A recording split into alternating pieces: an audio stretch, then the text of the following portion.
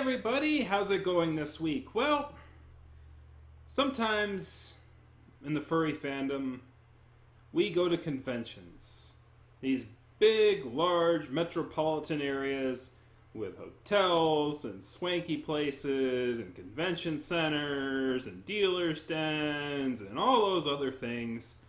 But sometimes you just get cabin fever. Sometimes you're like, I just want to get out.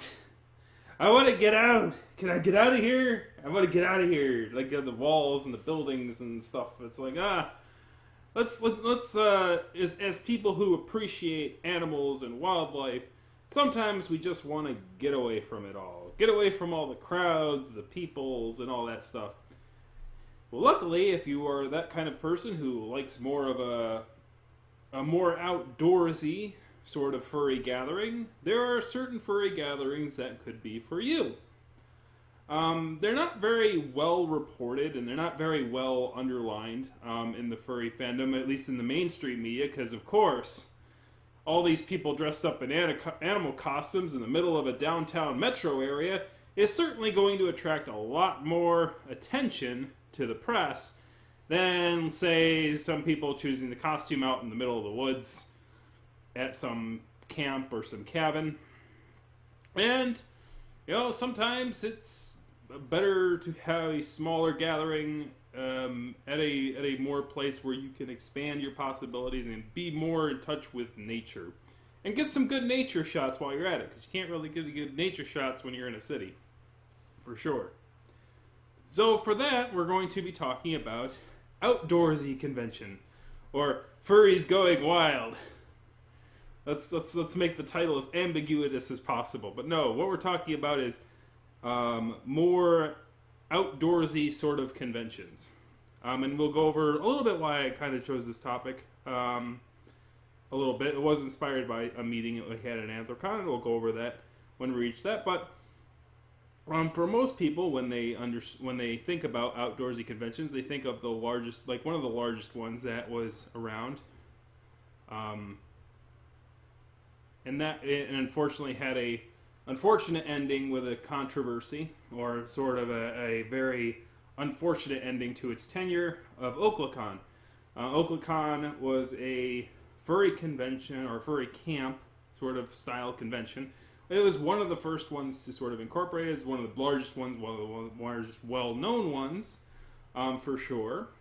And it went on a good healthy tick until about 2015, when an unfortunate incident during Oklacon 2014, where some newer attendees, out of stater attendees, came in, acted a fool, behaved lewdly in public, behaved and had like illicit drugs on them and stuff like that, and unfortunately the state-run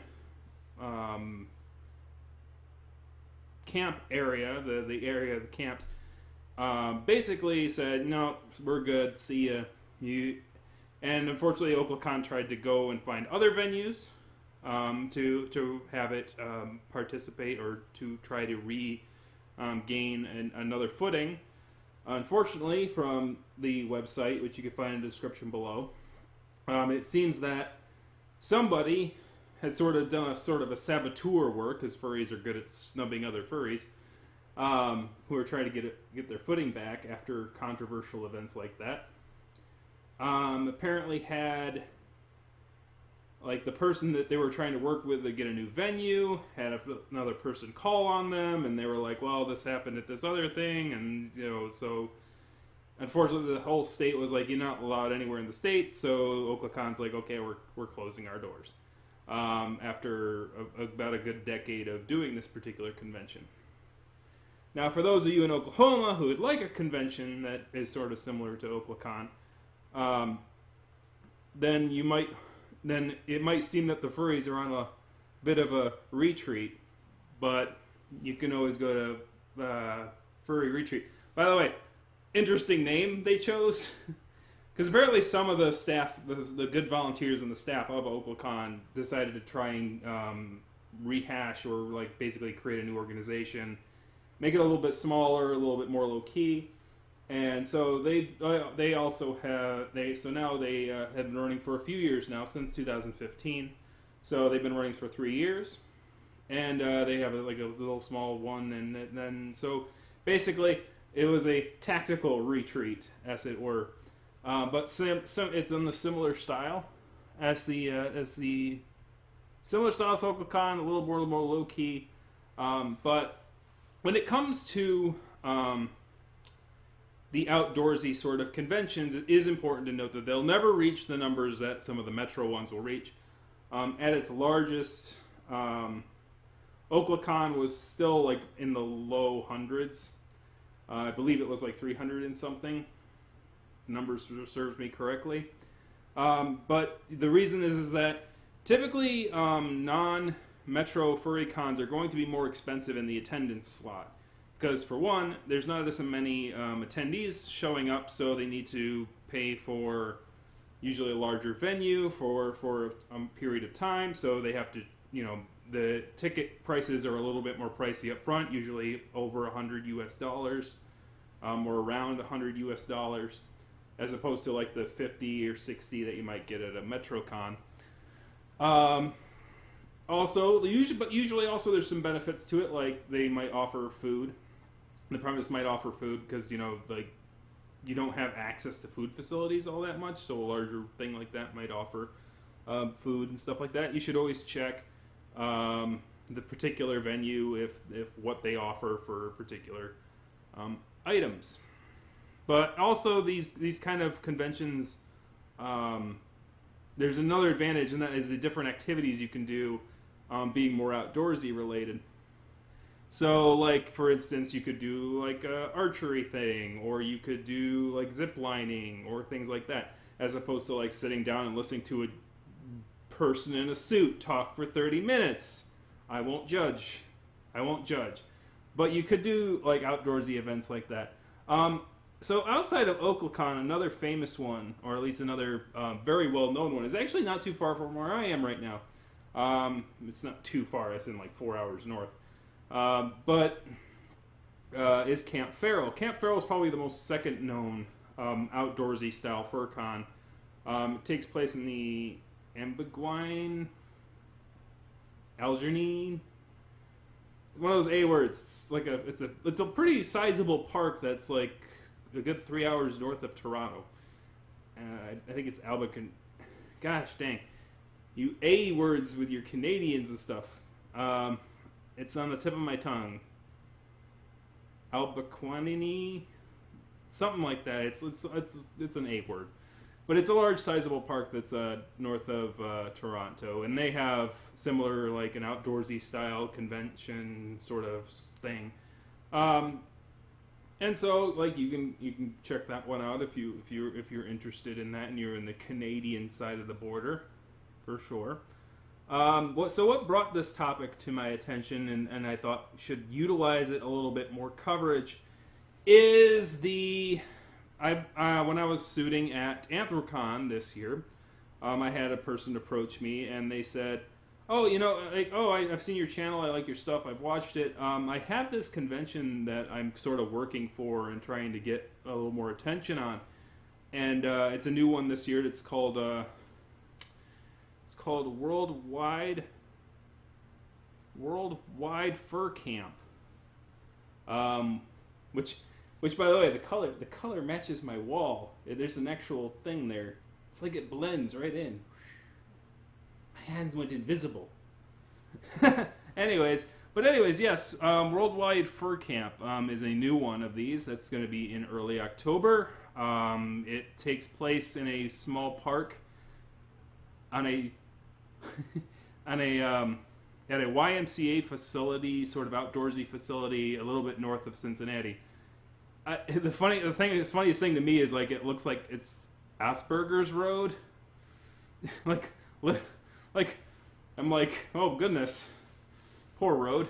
Anyways, but yeah, so you can find more information on one of the things below. By the way, I'll provide links to all the three furry convention or outdoorsy camp conventions I note in the description below. But Worldwide Fur Camp, definitely, it sounds interesting. There's definitely sort of a, there's sort of like they have sort of this idea about having some sort of like competitive element to it, like having like different clubhouses or guilds or whatever, and those guilds compete in like outdoorsy activities, and they will basically like get points and stuff like that for like archery or other such activities. And at the end, there's going to be a WinRAR. A WinRAR is you. This is one of the ones where food is included with the purchase price and things like that. So it's a cool thing. You should check it out. Their website looks really, really nice. Really, really well made for, particularly for a first-time convention. So you should go and check that out. And I thank the person for approaching me about this particular subject matter. So there are actually plenty of these kind of conventions, and if you do your research, you probably can find one that's somewhat near you. I just so happened to stumble upon this big old wall of text that's in front of my face right now, that talked about like the different kinds of outdoorsy style furry gatherings and meets. This list is sort of outdated. As you can see, Oklacon's on there, which is no longer a thing. The Retreat's not on here. Worldwide Fur Camp's not on here.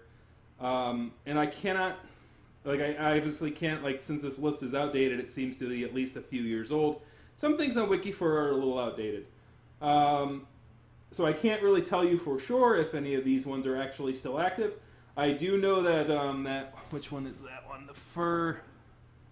The Campfire Tales one is actually active. It's actually happening this weekend. So if you wanted to go to that one, you're too late. I'm sorry. It's going on right now. So that one's in Oregon. I don't know why they always say USA. It's like USA is pretty large. Can you at least give us like a state? I mean, you got some from Norway, some from Canada. Canada got a lot of them. So if you live in Canada, you are well set with your outdoorsy furry conventions. And I think that's more of a,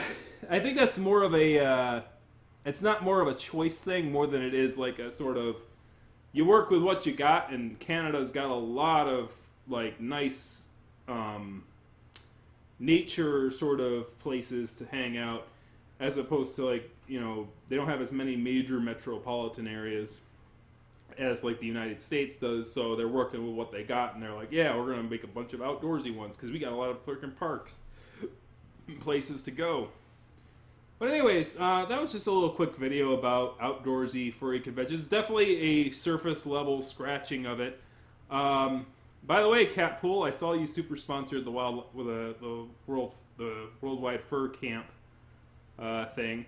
So good on you, Cat Pool. Breaking the fourth wall, because I know you watch this channel sometimes. Yeah, so go ahead if you are more of the outdoorsy type, if you're more the kind of person that just wants to get out there and do your thing, without having to worry about all the cars and traffic and noise. Definitely go check them out. I'll put links in the description below for a few of them. Maybe you'll find one in your area to enjoy a little bit of outdoorsy time with your fursuits. One very important thing to note before I conclude. Usually a lot of furry conventions have very similar terms of service or code of conducts, particularly those in the metro area, like don't bring around weapons or firearms and all this other stuff. Don't harass people. Those staples are probably going to be in what the outdoorsy cons, but there are actually even more rules that you should know about when going to an outdoorsy furry convention that you should read up on. For safety things and stuff, such like that. For instance, Worldwide Fur Con, or Worldwide Fur Camp, I should say. It's not a con, it's a camp, all right? Worldwide Fur Camp has particular rules that certainly jumped out at me that you wouldn't have to worry about at a normal convention, such as stay 10 feet away from any open flames while you're in fursuit, because we don't want you getting third-degree burns. There was another rule about if you're going out on the lake, the fursuit, you're not allowed to fursuit on the lake. Like like even if you're in a canoe or a boat for safety reasons, if you dump over the side of the things, and apparently roos can't swim. Well, actually, roos try to drown dogs in the water, which is some weird stuff that some of us do. I don't condone that anyway whatsoever. But yeah, like this thing would probably be like a soggy anchor. My poor tail. So yes, that's another rule. Since the Worldwide Fur Camp is a YMCA facility, they also do not allow drugs and alcohol on the premises. So if you're not the kind of person who can enjoy a furry con sober, or doesn't want to go far away from the convention events to have a good time, and by the way, it's like they said, don't come back drunk either. Might not be the kind of convention for you, just so you know. So other than that, also interestingly on this one, the charity for Worldwide Fur Camp is actually interesting to me because it is the YMCA itself is their charity, which is kind of unusual for a furry convention to have a human charity. So I did see a lot of people on Twitter recently going, can we have, like, I know we do this animal stuff a lot where we have all these charities for animals. Can we get like a charity for actual human causes? That would be great. Like, cause it's like, yeah, it's like we give a lot of money to charity. They're on all these animal sanctuaries and they certainly need it. But like, so if that was kind of your thing too, where you're like, well, I would like to, donate to a more human charity, then certainly this one is also kind of interesting in that, yes, you will be donating to the YMCA for this particular charity. Other than that, I think I rambled on a little bit there, but I think that sort of wraps that up. Make sure you read when you go to the outdoorsy furry conventions, make sure you read up on your terms of your code of conduct, because it could be a lot different than the Metro ones that you're used to. So I'm going to get the hop out of here. Thank you very much for watching. Have you ever gone to one of these outdoorsy furry conventions? Because I haven't. So I'm literally speaking from inexperience here. So I haven't. So if you have, feel free to share your experiences in the comment section below. As always, be sure to kick that like, kick the subscribe button, or kick the comment in the comment section. I've been T.S. McDelly. I'm going to get the hop out of here. Thank you very much for watching, and I will see you again next week.